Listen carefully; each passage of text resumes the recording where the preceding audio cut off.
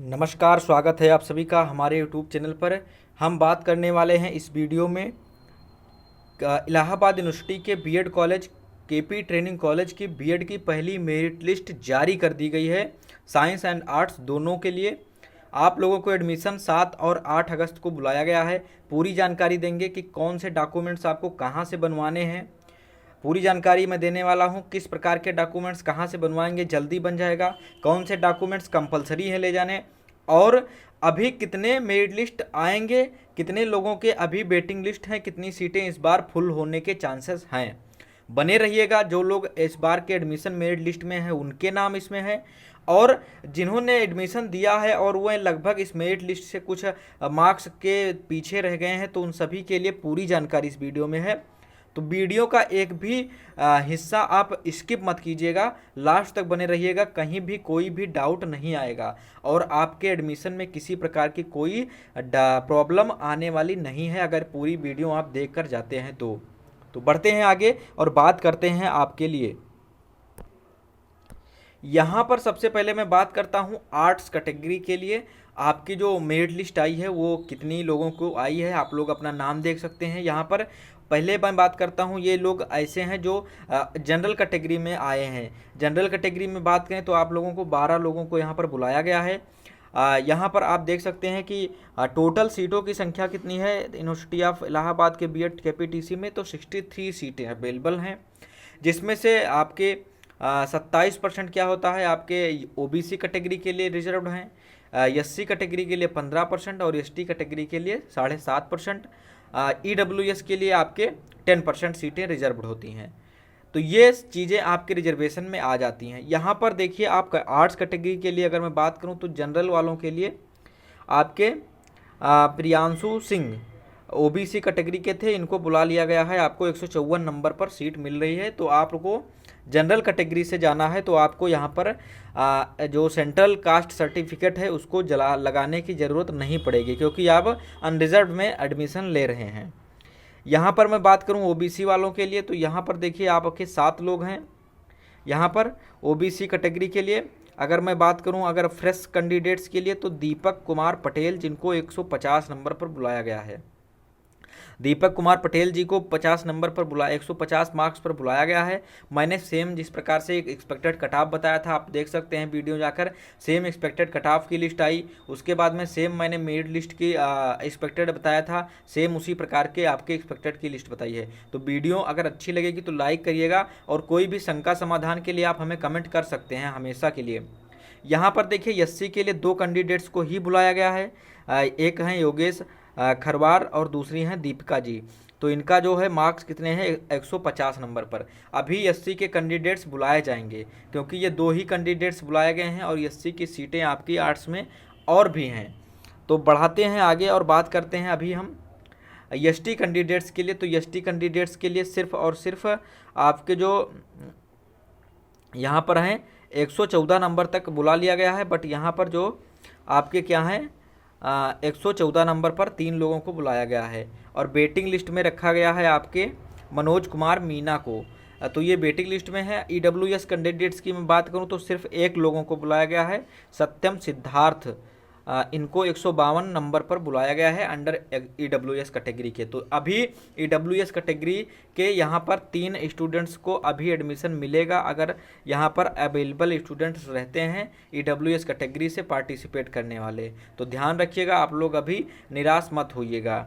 यहाँ पर मैं बात करूँ अगर, तो यहाँ पर देखिए जिनमें 1 स्टार लगा हुआ है उनके लिए सबसे पहले ओरिजिनल फाइनल ईयर की मार्कशीट ले जानी है।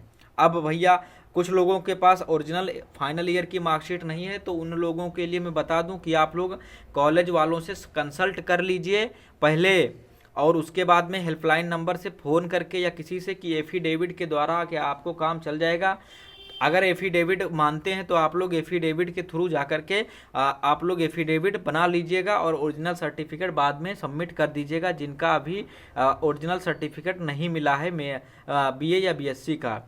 Central government caste certificate must है आपको, इसके लिए किसी प्रकार की एफिडेविट मान्य नहीं की जाएगी। तो जो लोग ओबीसी के लिए कैंडिडेट्स हैं वह लोग सेंट्रल कास्ट सर्टिफिकेट ही लेकर जाएंगे।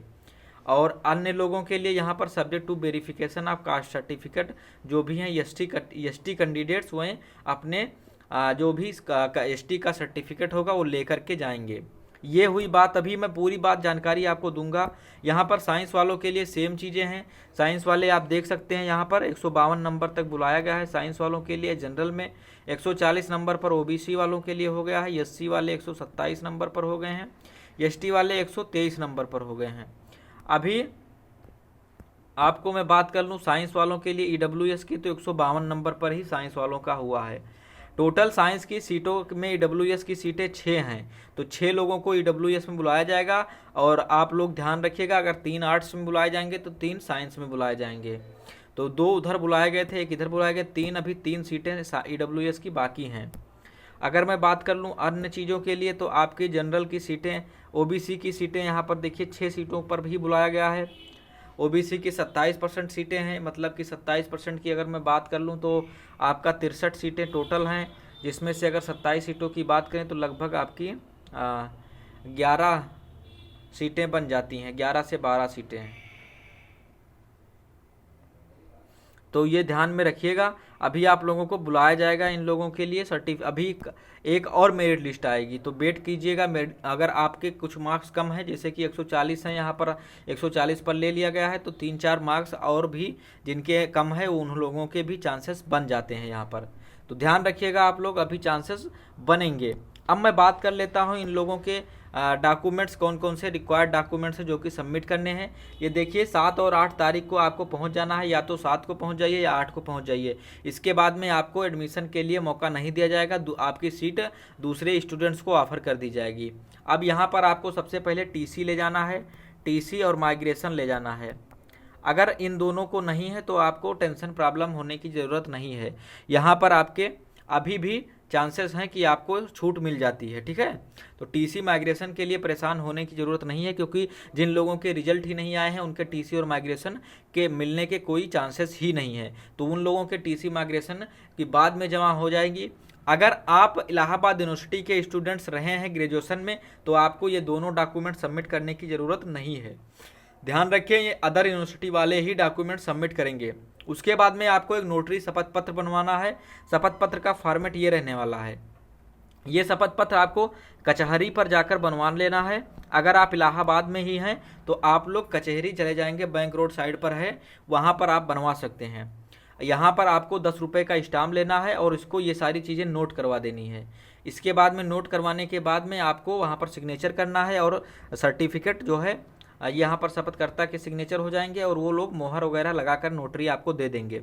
ज़्यादा से ज़्यादा 1 घंटे का काम रहता है, आप चले जाइएगा, बनवा लीजिएगा। इसके बाद में आपको जो जानकारी मैं बता रहा हूँ और भी डॉक्यूमेंट्स क्या लगेंगे, तो नोटरी जैसे ही लग जाएगी आपकी, उसके बाद में नोटरी में सारी चीज़ें आपको वहाँ पर मेंशन कर देना है। उसके बाद में आपको ओरिजिनल लीव सर्टिफिकेट, अगर आपको सर्टिफिकेट किसी तरीके का किसी भी यूनिवर्सिटी में या किसी भी जगह काम कर रहे हैं तो उसके लिए लीव सर्टिफिकेट होना चाहिए, ठीक है। उसके बाद में आपका एक मेडिकल सर्टिफिकेट होना चाहिए। मेडिकल सर्टिफिकेट आपका गवर्नमेंट हॉस्पिटल में बन जाएगा। किसी भी गवर्नमेंट हॉस्पिटल में जाकर के मेडिकल सर्टिफिकेट बनवा लीजिएगा। मेडिकल सर्टिफिकेट का फॉर्मेट हमने टेलीग्राम ग्रुप पर सेंड कर रखा है, फॉर्मेट वहाँ से आप देख सकते हैं। आप अगर इलाहाबाद में हैं तो सप्रू एक हॉस्पिटल है यहाँ पर बेली में, वहाँ जा कर के आप बनवा सकते हैं। सीएमओ ऑफिस में जाएंगे, बताएंगे एडमिशन के लिए हमको हेल्थ सर्टिफिकेट बनवाना है, तो वहाँ पर आपको दे देंगे। चेकअप होगा, चेकअप होने के बाद में आपको 1 दिन बाद रिपोर्ट मिल जाएगी और एडमिशन आपका सर्टिफिकेट बन जाएगा, मेडिकल सर्टिफिकेट। बहुत ही सिंपल प्रक्रिया है, परेशान होने की कोई ज़रूरत नहीं है। उसके बाद में आपको दो फोटो ले जानी है। जो भी फ़ोटो आपने रखी है वो ले जाइएगा। उसके बाद में सबसे मेन ज़रूरी काम क्या है कि आप लोग अपना बैंक ड्राफ्ट बना लीजिएगा, डीडी बनेगा। आप लोगों की ऑनलाइन पेमेंट नहीं लेते हैं ये लोग, आप ध्यान रखिएगा। कोई भी ऐसे लोग जो कि ऑनलाइन पेमेंट के चक्कर में बैठे रह जाएंगे तो उन लोगों को हो सकता है बाद में प्रॉब्लम हो, तो इसलिए आप लोग डीडी बनवा लीजिएगा। केपी ट्रेनिंग कॉलेज प्रिंसिपल के नाम पर बनेगा, ठीक है। 20,570 रुपये का डीडी बनेगा, बैंक ड्राफ्ट बनेगा। अगर आप किसी भी बैंक में खाता है आपका तो वहाँ से आपका डीडी इजीली बन जाएगा, तो ये बनवा लीजिएगा। अगर इनमें से कोई भी डॉक्यूमेंट्स नहीं रहता है तो आप क्या है कि आपको फॉरफिट करना पड़ेगा, आपको सीट छोड़ना पड़ेगा, लेकिन टीसी माइग्रेशन चल जाती है। ठीक है, अब मैं बात कर लूँ और चीज़ों के लिए, तो मार्कशीट वगैरह के लिए सारी चीज़ें हैं। सेंट्रल कास्ट सर्टिफिकेट मस्ट है, इसके लिए आपके एडमिशन नहीं होंगे अगर सेंट्रल कास्ट सर्टिफिकेट नहीं इशू है। तो ये सारी जानकारी रही। अभी आप लोगों के सेकंड मेरिट लिस्ट जल्द ही जारी हो जाएगी। इनके मतलब 7 और 8 तारीख के बाद में आपको 8 तारीख के इवनिंग में 8 अगस्त के इवनिंग में आपको सेकंड मेरिट लिस्ट देखने को मिल जाएगी। तो आप लोग 8 तारीख का वेट कीजिए, सेकंड मेरिट लिस्ट अभी आएगी। ईडब्ल्यूएस के कैंडिडेट्स की मैं बात कर लूँ तो आपके 3 कैंडिडेट्स के लिस्ट आने वाली है।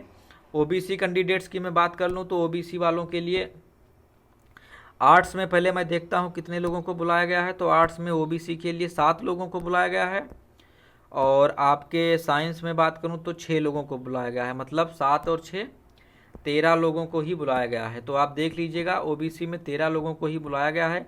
अगर मैं बात करूं 13 आपका है और आपके 27% रिजर्वेशन मिलते हैं, तो यहाँ पर आपके 63 सीटों में 27% 13 सीटों पर बुलाया गया है, जो कि लगभग बराबर है। तो अभी इन लोगों में कुछ लोग आपका एडमिशन नहीं लेने वाले रहेंगे, तो उन लोगों की सीटें रिक्त रह जाती हैं, तो इनको बुलाया जाता है। अब इसके बाद में भी कोई डाउट, शंका, समाधान है तो आप कमेंट बॉक्स में करिएगा, हम आपको रिस्पांस करेंगे।